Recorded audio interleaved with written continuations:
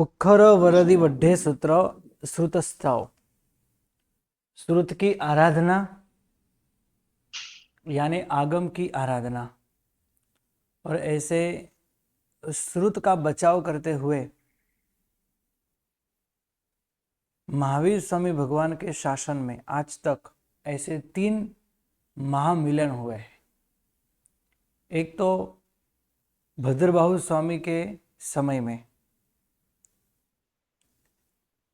1500 जन 500 जन पढ़ने के लिए, 14 पूर्व पढ़ने के लिए तैयार हुए थे। तब श्रुत की रक्षा हुई थी। वज्र स्वामी के समय में भी हुई, और एक ऐसे आचार्य भगवान थे कि जिनके सानिध्य में मथुरा में श्रुत की रक्षा की गई थी। श्रुत का बहुत बड़ा कार्य हुआ था और 500 आचार्यों का मिलन वल्लभीपुर तीर्थ में हुआ था, जो आज श्रुत का एक प्रतीक है। ऐसे मथुरा में, नेपाल में और वल्लभीपुर में श्रुत की रक्षा की गई थी। और महावीर स्वामी भगवान के शासन में ऐसे 900 ऐसी मतांतर से 993 साल के बाद लेखन कार्य शुरू हुआ और कल्प सूत्र भी लिखा गया। तब 1200 गाथा, प्राय करके 1200 गाथा के समान जितना 1200 गाथा जितना ये 12 सूत्र है, जो आज हम कल्प सूत्र के रूप में उसकी हम पूजा करते हैं। आनंद से, उत्सव से, उमंग से हम उसका चढ़ावा लेते हैं, घर लेके आते हैं। तो ऐसे श्रुत की रक्षा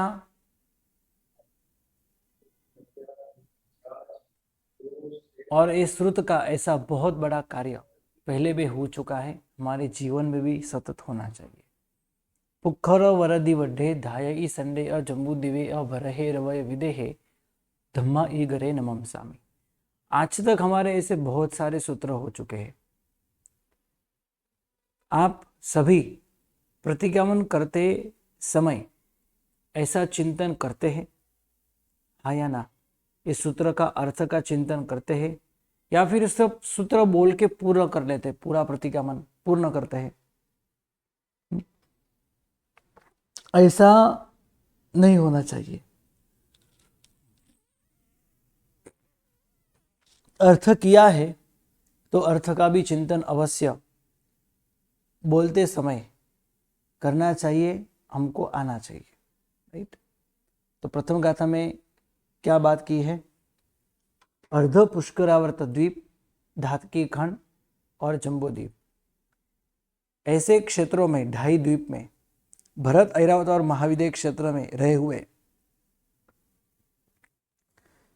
और धर्म की आदि करने वाले ऐसे तीर्थंकर या धर्म की आदि करने वाला ऐसा जो श्रुत है, आगम है, नमम सामी, हम उसको नमस्कार करते हैं। तम तिमिरा प्रलय विद्धम सणस्स सूरगण नरिंद महीयस्स सीमाधरस्स वंदे पप्फोड़ीय मोहजालस्स। तम अज्ञान रूपी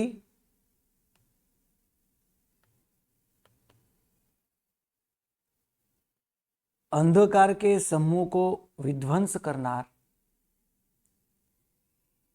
देवता के समूह से और नरेंद्र से जो पूजित है, और मोह के जाल को जिन्होंने तोड़ दिया है, और सीमा धरस, जिसने कि जो जिसने हमको मर्यादा में रखा है, ऐसे मर्यादा करने वाला, या फिर ऐसा कह सकते हैं हम सबको मर्यादा में रखने वाला, ऐसा जो श्रुत है, इस श्रुत को मैं वंदन करता हूं। तीसरी गाथा, जाई जरा मरण शोक पणासनस्स कल्याण पुखल विशाल सुहावहस को देव दानव नरेंद्र गणच्चियस्स धम्मस्स सार मूलभ करे पमायम। जन्म, जरा और मरण और शोक, ऐसे दुख की परंपरा को जो नाश करने वाला है, संपूर्ण नाश करने वाला है, ऐसे जन्म, जरा, मृत्यु और शोक को, जो शोक का जो प्रनाशक है, ऐसा कौन है? तो धर्म का सार यानी श्रुत।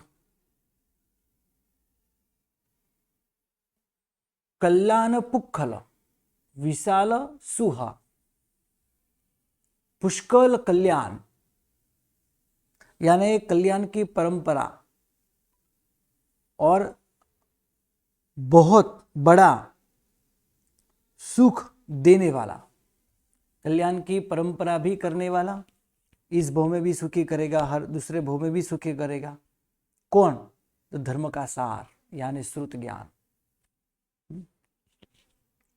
विशाल, विशाल यानी बड़ा, बड़ा बड़े सुख को वहन करने वाला, ऐसा धर्म का जो सार है यानी श्रुत ज्ञान है। ऐसे श्रुत ज्ञान को प्राप्त करने के बाद कौन प्रमाद करेंगे?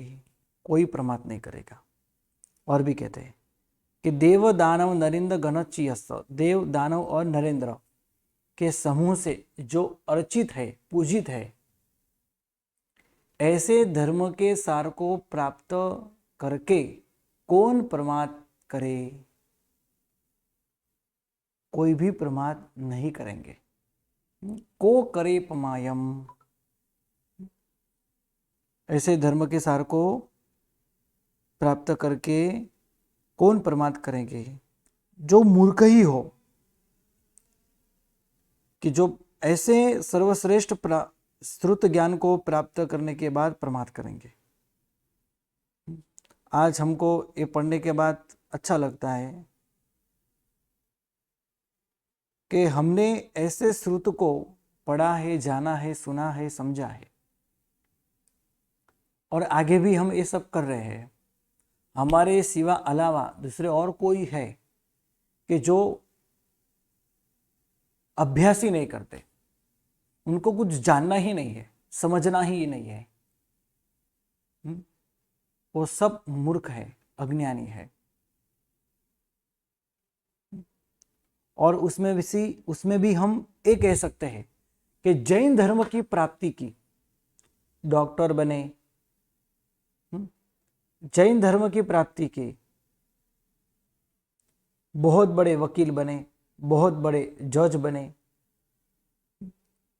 लेकिन धर्म का जो सार है, ऐसे श्रुत ज्ञान को जिसने प्राप्त नहीं किया, फिर समझ लो कि उन्होंने जीवन में कुछ भी नहीं पाया, और जो कुछ पाया वो सब यहीं रख के गया।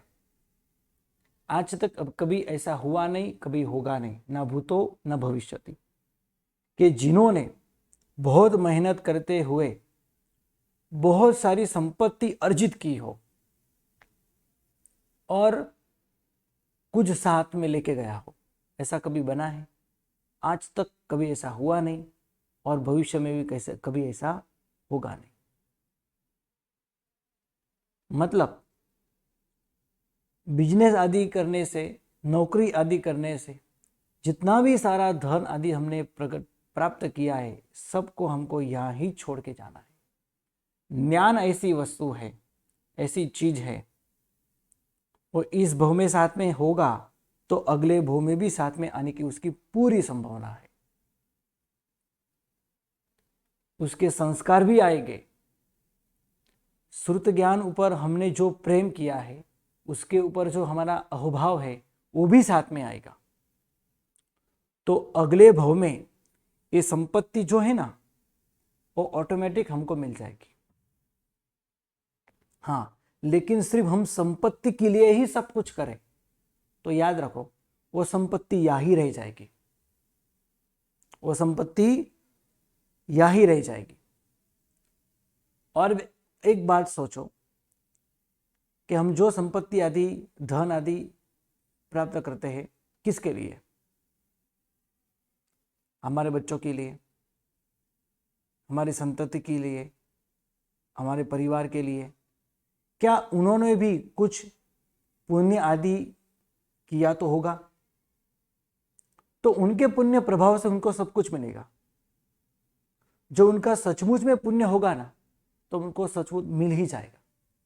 हमको कमाने के बाद उनको देने की कोई जरूरत नहीं है। हमारे नसीब में जितना धन हमको मिलने वाला है उतना ही मिलेगा।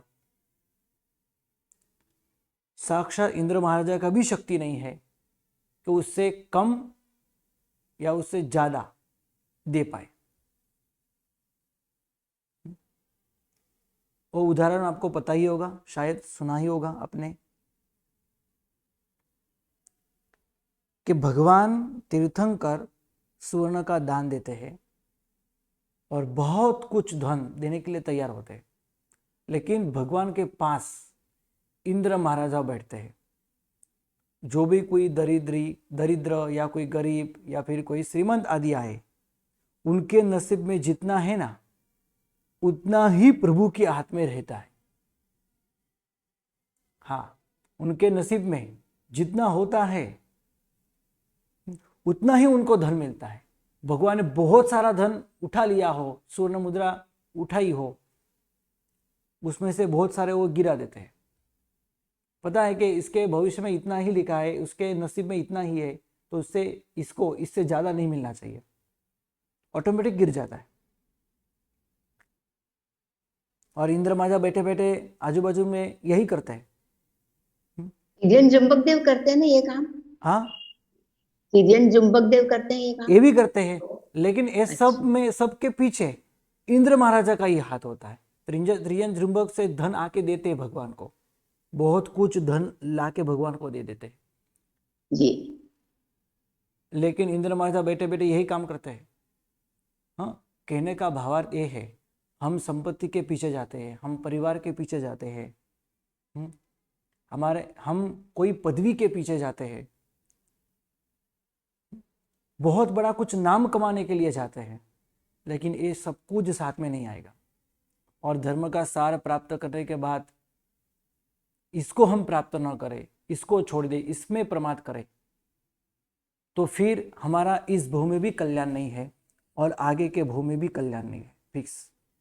तो यह कल्याण पुष्कल बताया है ना, पुष्कल कल्याण और विशाल सुख। सुख कल्याण की परंपरा चलेगी श्रुत के माध्यम से, श्रुत के प्रभाव से, श्रुत के आराधना से, और बहुत बड़ा सुख देने वाला भी श्रुति है। और ऐसे धर्म के सार को प्राप्त करने के बाद कौन प्रमाद करे? मूर्ख ही हो कि जो प्रमाद करता है, करेगा। और सबसे ज्यादा मैं मूर्ख कहूं तो किसको कहूंगा? कि जो जैन धर्म में जिन्होंने जन्म लिया है, श्रुत ज्ञान कल्पसूत्र आदि ग्रंथों का वांचन या श्रवण हमको मिला है, तो वो हम नहीं करेंगे, हम वो नहीं करते, उसमें हम ध्यान नहीं रखते, तो हम यहां तक आते हैं, है ना। हमको इस भव में मनुष्य भव मिला, इस जन्म में मनुष्य भव मिला, बाद में संपत्ति मिली, सुख समृद्धि मिली, भगवान का शासन मिला, तो भी हमने यहां तक हमने आया, और यहां तक हम आए, और यहां आने के बाद हमने धर्म का सारा प्राप्त नहीं किया। जैसे हमको किसी अन्य गांव में जाना है, हमने टिकट निकाली हो, रिजर्वेशन किया हो, जाना बहुत जरूरी है, जाना ही पड़ेगा, और अन्य कोई साधन नहीं हो, तो हम बार बार टिकट देखते हैं कि वेटिंग लिस्ट में टिकट आई है, अभी रिजर्वेशन फाइनल हुआ क्या नहीं, यहाँ पे वेटिंग लिस्ट ही है। हम बार बार चेक करें, और धीरे धीरे एक कम होते हुए और अंत में वेटिंग लिस्ट 1 या 2 रह जाएगा। हम क्या करते? अरे यार क्या हुआ, देखो 1-2 जन कोई निकल जाए तो मेरा नंबर लग जाए, ऐसी भावना हमको मन में आती है। मतलब यहां तक सभी लोगों की टिकट कैंसिल हुई और 1-2 जन बाकी रहे कि जिसके कारण हम बाकी रह गए पीछे। बस यही यहाँ पे होता है। यहाँ तक आए, मनुष्य भाव भी प्राप्त किया, जैन कुल भी हमको मिला और जैन कुल में भी हम ऐसा श्रुत ज्ञान भी हमको मिला, लेकिन उसमें कोई पुरुषार्थ नहीं।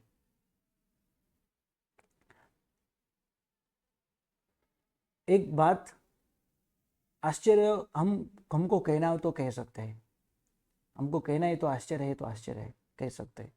इस समय मैं हावड़ा जैन संघ में परीक्षण करने के लिए गया था। अंतिम संवत्सरी का दिन एक भाई ने श्रुत भक्ति की, जबरदस्त श्रुत भक्ति की। कैसे? चढ़ावे चलते थे, सबको पता है संवत्सरी के दिन हम चढ़ावे लेते हैं हर एक सूत्र के। एक गणधर भगवान रचित और महापुरुष और पूर्वाचार्य रचित सूत्र है। इसकी बोली हम बोलते हैं और ये सब कुछ जाता है ज्ञान खाते में। एक गरीब जैन व्यक्ति, कुछ साल पहले वो गरीब था, उसको मम्मी पापा नहीं है और संघ वाले ने उनको संभाल दिया। जो भी जरूरत थी वो उनको दी, कुछ पैसे अधिक की जरूरत थी वो भी दी और उसको बहुत सपोर्ट किया। संघ वाले ने बहुत सपोर्ट किया उसको। ये लड़का धीरे धीरे आगे बढ़ते हुए सीए तक पहुंचा। वो सीए का अभ्यास भी किया, नौकरी भी बहुत अच्छी उसको लगी। इस समय पता नहीं उसको कैसे भाव प्रकट हुए, सामायिक से लेके सामायिक पारने तक सभी सूत्रों के चढ़ावे एक ही व्यक्ति ने लिए और सबकी राशि में बताओ तो 1.5 लाख 2 लाख, इतने छोटा संघ है और एक ही व्यक्ति ने सभी लाभ ले लिया, सभी सूत्रों का लाभ लिया। बोलो, इसको श्रुत भक्ति कहते हैं। जीवन में मम्मी पापा आदि कोई नहीं है, लेकिन इस संघ ने सपोर्ट किया, इसका प्रभाव क्या हुआ देखो।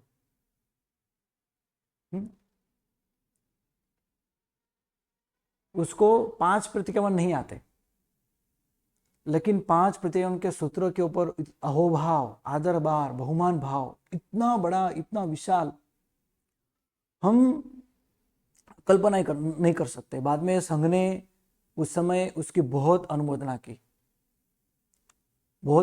की और उसको सभी के बीच में खड़ा किया। तो वो भी खड़े होकर उसने 2 शब्द बोले खुद के ऊपर। तब मुझे पता चला कि ये भाई के पास कुछ भी नहीं था और आज उसके पास सब कुछ है।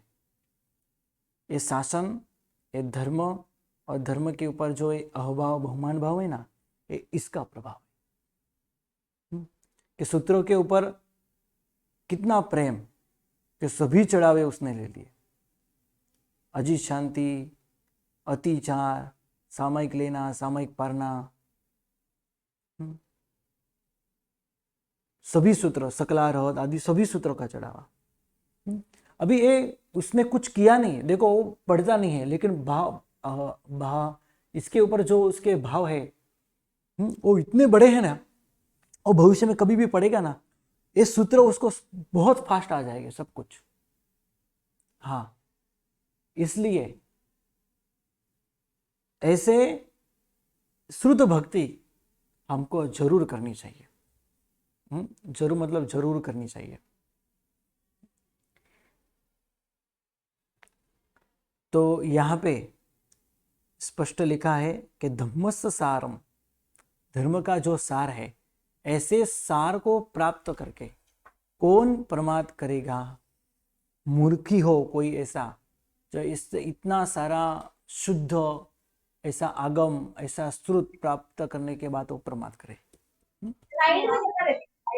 सिद्धे भो पय ओ नमो जिनमय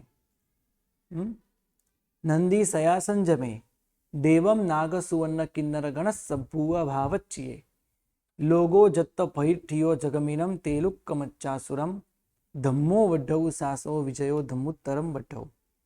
इसके साथ और भी एक बात मैं कहूँगा, इसी पुरुषन के अंदर छठे सातवें दिन गुरु जी का फोन आया था, फोन के ऊपर बात हुई और मुझे ऐसा लगा कि कुछ बहन इसमें ई पाठशाला में ऐसी है, वो सतत बहुत स्वाध्याय करते हैं और हमको भी ऐसे उनको स्वाध्याय करने में आनंद भी बहुत आता है। तो ऐसे 4 बहनों का मैंने नाम लिया और उनको मैंने प्रेरणा की और सबने सबने 1-1 लाख रुपए की उन्होंने राशि संस्कृत पाठशाला में यानी तपोवन ई पाठशाला में दी। और दूसरे ही दिन मुझे वो चमत्कार भी मिला संघ में कि एक ही बार एक भाई जिसके पास कुछ नहीं था और उसने सभी चढ़ावा लिए।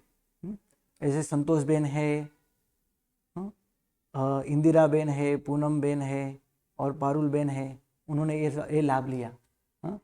ऐसे समय उनको भी याद करना चाहिए कि उन्होंने थोड़े ही समय में इसका मुझे जवाब भी दिया और सबने हाँ बोल दिया कि श्रुत भक्ति जीवन में बहुत बड़ी भक्ति है।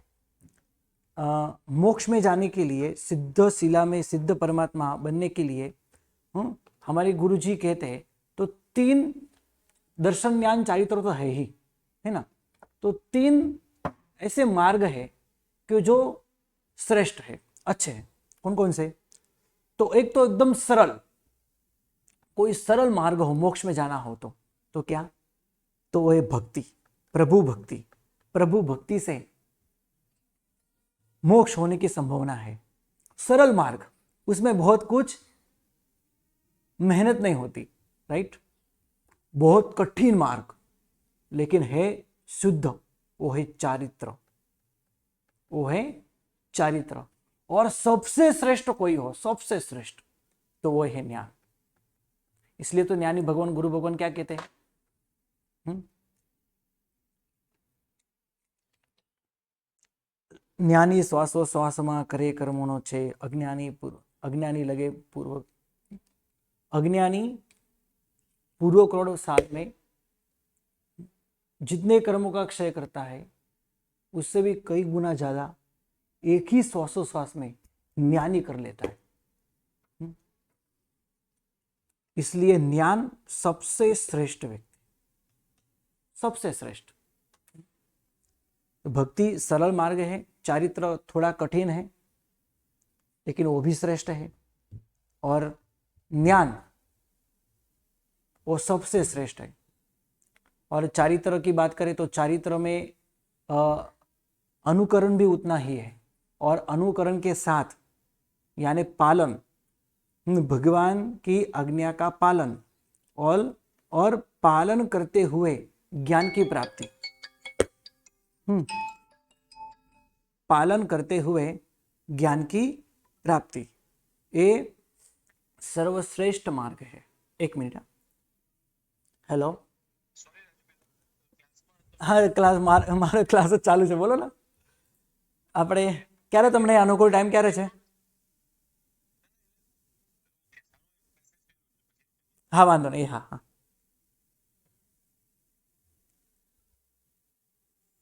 तो ऐसे धर्म के सार को प्राप्त करने करके कौन प्रमाद करे? कोई नहीं करेगा। और हमने यहाँ पे भक्ति, ज्ञान और चारित्र की भी बात की। चलो आगे बढ़ेंगे। कल हमने एक लाइन की थी, सिद्धे भो पयो नमो जिनमय, इसका अर्थ कर लेते हैं और बाद में कल आगे बढ़ेंगे। सिद्धे भो पयो नमो जिनमय, हे मनुष्य, हे मनुष्य, नए और निक्षेपा से जो सिद्ध है, 7 नयों से और अलग अलग जो निक्षेपा है और इससे जो सिद्ध हो चुका है, सत्य है, संपूर्ण सत्य है, श्रेष्ठ है,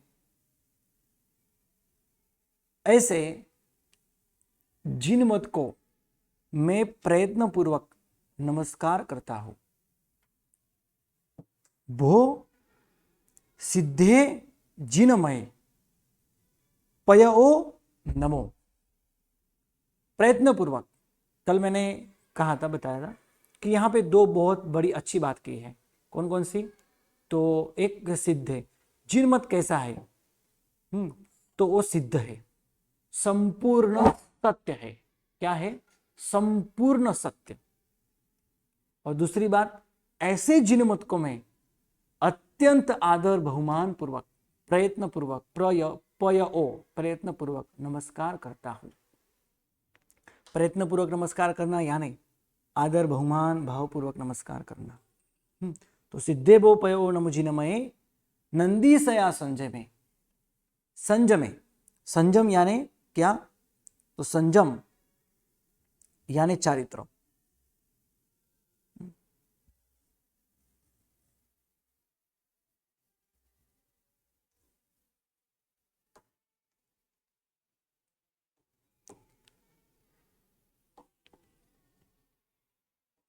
जो संयम मार्ग की सदा वृद्धि करने वाला है।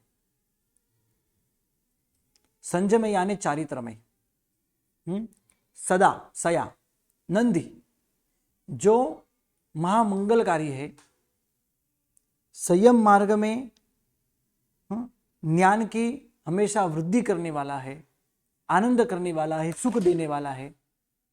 क्योंकि पहले भी बात हुई थी, योग दृष्टि समुच्चय ग्रंथ के अंदर भी इसकी बात हुई थी कि चारित्रधारी ऐसे साधु को एक साल में कितना सुख, तो अनुत्तरवासी देवताओं को भी पीछे छोड़ जाए, इतना सुख। तो इतना सुख ऐसे चारित्र में कहां से आता है? तो चारित्र में इतना सुख ज्ञान के माध्यम से आता है। क्योंकि ज्ञान पढ़ते हुए, आगम का ध्यान, आगम पढ़ते हुए शिष्यों को, साधुओं को जो आनंद है, ऐसा आनंद अनुत्तरवासी देवता को भी नहीं है। क्यों? क्योंकि अनुत्तरवासी देवताओं को ज्ञान है लेकिन चारित्र नहीं है। उनको बहुत अफसोस लगता है, क्या मैं यहाँ पे ऐसा जन्म लिया कि जिसमें चारित्र ही नहीं है। क्योंकि ज्ञान का स्वयं पावरफुल सबसे ज्यादा, लेकिन ज्ञान होने के बावजूद उनके पास चारित्र नहीं होता।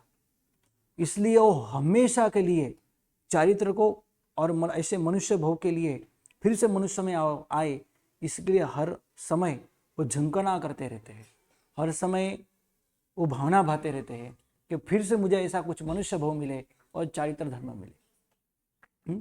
यानी चारित्र में ज्ञान का आनंद और ज्ञान से फिर से चारित्र मिले, इसका आनंद अद्वितीय है। वो कैसा है? अद्वितीय है। अनुत्तरवासी देवताओं को ज्ञान है, चारित्र नहीं है, उनको हमेशा के लिए झंकना रहती है। और जो मुनि भगवंत है और चारित्र लेने के बाद अभ्यास करते हुए, ज्ञान की प्राप्ति करते हुए उनको जो सुख की प्राप्ति होती है वो अद्वितीय, अनुपम, अलौकिक होती है। इसलिए यहाँ पे कहते हैं संजमे नंदी सया, सया नंदी। तो ऐसे चारित्र मार्ग में हमेशा के लिए जो महामंगलकारी है, सुख देने वाला है। वो भी कैसा सुख है? यहाँ पे भौतिक सुख नहीं, आत्मिक सुख। भौतिक सुख की गिनती हमारे शास्त्र में नहीं की है। तो ऐसे जिनमत को मैं आदर पूर्वक, बहुमान पूर्वक, प्रयत्न पूर्वक नमस्कार करता हूं कि जहां कि जो जिनमत यानी आगम यानी श्रुत संयम मार्ग में हमेशा के लिए महामंगलकारी है। इसलिए तो संयम देने के बाद सबसे पहले क्या करते हैं? नंदी सूत्र सुनाते हैं। पदवी हो किसी की तो सबसे पहले नंदी सूत्र सुना देते हैं। क्यों? कि नंदी सूत्र के अंदर ज्ञान की महत्ता भी बताई है, नंदी सूत्र के अंदर नंदी स्वदीप की भी वर्णन की है। तो ऐसे नंदी सया संयम संयम मार्ग में सदा वृद्धि करने वाला, सुख की वृद्धि करने वाला है, महामंगलकारी है, ऐसा श्रुत ज्ञान है। और ऐसे श्रुत ज्ञान को मैं प्रयत्न पूर्वक नमस्कार करता हूँ। आगे, देवम नाग सुवर्ण किन्नर गणस भूव भावच्चिये। कुछ पुस्तक के अंदर गण लिखा हो तो गणस हमको पढ़ना चाहिए, क्योंकि यहाँ पे डबल स आता है, राइट। देवम नाग सुवर्ण किन्नर गण, देव यानी ऊपर के जो इंद्र आदि देव हैं। इसके बाद है नाग यानी नागो कुमार यानी नीचे के देव, ऊपर के देव और नीचे के देव, सूर और असुर, ये दोनों की बात की। किन्नर, किन्नर यानी सुवर्ण कुमार आदि, या फिर ऐसे किन्नर यानी ज्योतिष देवता भी कह सकते हैं, राइट। नाग यानी वैमानिक देवता, देव यानी वैमानिक देवता, नाग यानी असुर कुमार देवता, क्योंकि असुर कुमार भवनपति के ही प्रकार है नाग कुमार। इसके बाद किन्नर नहीं, सुवर्ण, सुवर्ण यानी ज्योतिष देवता, और किन्नर यानी व्यंतर देवता। किन्नर शब्द का व्यंतर ऐसा भी अर्थ होता है, पर्यायवाची शब्द। तो यहाँ पे चारों निकाय के देवता की बात की है, देव, नाग, सुवर्ण, किन्नर और गण, गण यानी समूह, वैमानिक, भवनपति, ज्योतिष और व्यंतर देवताओं के समूह से सबूव भावच्ची है कि जो श्रुत ज्ञान है वो सबूव सत्य भाव से, पवित्र भाव से जिन्होंने पूजा की है, ऐसा श्रुत ज्ञान है। नाग कुमार, सुवर्ण कुमार, वैमानिक, ज्योतिष आदि देवताओं से सच्चे भावपूर्वक जो पूजित है, ऐसे जिन मत को मैं प्रयत्न पूर्वक नमस्कार करता हूं। लोगो जत्थ पैठियो जगमीनम तेलुक मच्चासुरम। लोगो जत्थ पैठियो, लोग जहां प्रतिष्ठित है, या फिर सभी लोगों का, सभी जीवों का जहां ज्ञान प्रतिष्ठित है, सभी 14 राजलोक के सभी जीवों का ज्ञान किसमें समावेश हो जाता है? तो आगम के अंदर। तो लोगो जत्त पैठियो जगमीनम तेलुक मच्चासुरम धम्मो वड्डव सासो विजयो धम्मोत्तरम वड्डव। अभी इसका अर्थ हम कल करेंगे। आधी गाथा हो चुकी है, आधी गाथा बाकी है, राइट। तो आज हम इतना रखते हैं। जिन्होंने बहुत अच्छी तरह से ज्ञान भक्ति की है, करते हैं, करवाते हैं, ऐसे सभी की हम अनुमोदना करते हैं। बोलो, प्रश्न है? जी बोलो। गुरुजी, ये आपने देव नाग सुवर्ण किन्नर हेलो, गण बोलते हैं कि गणस बोलते हैं? क्लास चालू छे, बोलो। गणस भूवो भावच्चिय, डबल स है। अच्छा, यानी कि गणस में स एक लेना है, आधा स, और फिर सब्बुआ बोलना है क्या? जी जी, मैं बोलता हूं ना वैसे ही। देवम नाग सुवर्ण किन्नर गणस सभूव भावच्चिय। ठीक है। हाँ गुरुजी, बोलो। कल सूर्य ग्रहण है क्या इंडिया में? हमें तो अ, हम पढ़ाई कर सकते हैं? हाँ हाँ हाँ हाँ, मैं देख के बताता हूँ। जी जी। ओके जी गुरुजी। ओके, चलो ठीक है, बस प्रणाम, नमो नमः। प्रणाम आपको गुरुजी। पीडीएफ प्रणाम भेजी है? गुरुजी। हाँ, पीडीएफ भेजी है तो स्वाध्याय करना, करवाना, राइट। हाँ, ठीक। प्रणाम गुरुजी। जी प्रणाम, नमो प्रणाम। नमः।